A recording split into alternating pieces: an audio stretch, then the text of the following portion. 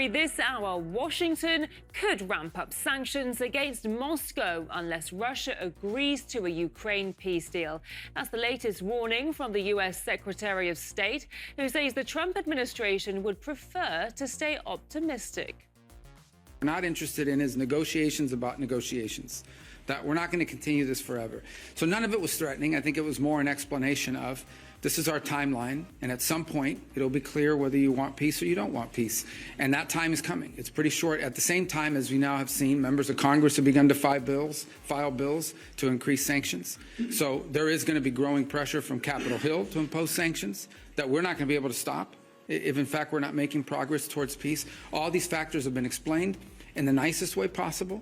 Hopefully he'll take that message back to Moscow, and it'll make clear that we need to begin to see real progress, or we'll have to conclude that they're not interested in peace. The very tone chosen by the U.S. Secretary of State, it has been very peaceful, very calming, but the substance of it has been very unequivocal, that basically he has said that Russia, that there are weeks for Russia, not months, to show that Russia wants peace, and that he even made it sound as if Donald Trump's hands are tied, in the sense that the Congress is preparing a new batch of sanctions against Russia, and the current administration won't be able to stop that until something again feasible and tangible is reached here on this peace track. But at the same time, the Russians, they have been adamant, and they have been saying that, well, sanctions is not a threat that they will really be intimidated with. That was also the message of Kirill Dmitriev, Russia's special envoy, who visited Washington, whose sanctions against him were waived briefly for just to allow him to travel to the United States. He has reiterated that again, Russia is not really fazed by this threat of sanctions. Russia is not asking for lifting of sanctions, because if you look at our GDP growth, it's actually 4% last year versus just 1% in Europe. If you look at our debt to GDP, it's 18% versus 100% in Europe. So I think what we see is that actually US companies lost around $300 billion of foregone profit from withdrawing from Russia.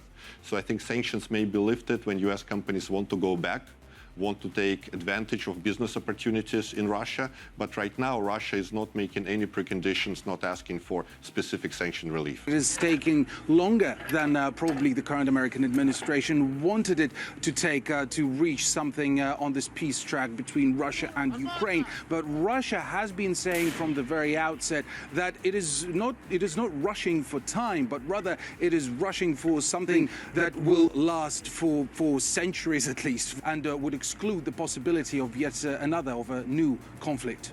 Marco Rubio is currently in Europe. He was speaking there, as we saw, at a NATO meeting in Brussels. What's the mood like among the other NATO members when it comes to the prospects of peace right now? Well, while there have been no unity among NATO members as to how the alliance should approach this conflict between Russia and Ukraine, there have been warmongers like Britain, and there have been, well, doves, I have to say, like Italy, for instance, or Spain, who have been very hostile towards the idea of, for example, sending boots on the ground, NATO boots on the ground on Ukraine, even under the umbrella of a peacekeeping mission.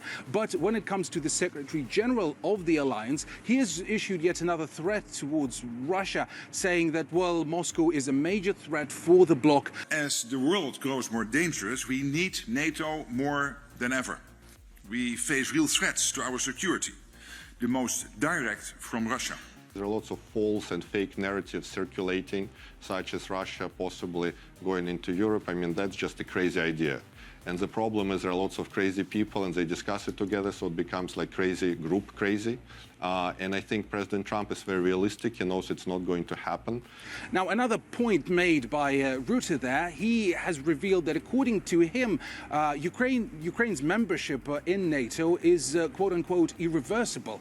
And that is a big no-no for Russia. I mean, the Russian Foreign Ministry had previously revealed that they so far do not see in the official documents, they don't see in the American position there, the American position does not reflect on the key reasons behind Russia's military operation in Ukraine, and really arguably the biggest one being Ukraine seeking to join NATO. And even Donald Trump has confirmed previously that right now it is, or this question is completely off the table. But for Russia, it is it's a major issue, and Russia that is seeking peace, a long-lasting peace, while at that, it doesn't want for this idea of Ukraine joining NATO to resurface once again and reignite the conflict one more time.